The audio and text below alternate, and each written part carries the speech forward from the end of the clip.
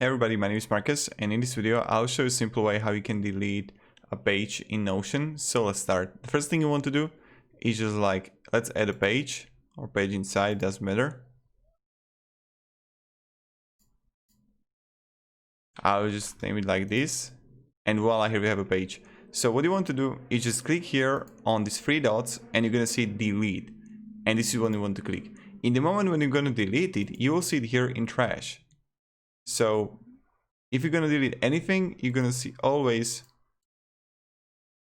this. So yeah, thank you very much. If you have any questions, ask me down in the comments. Of course, you can also duplicate everything and stuff like that.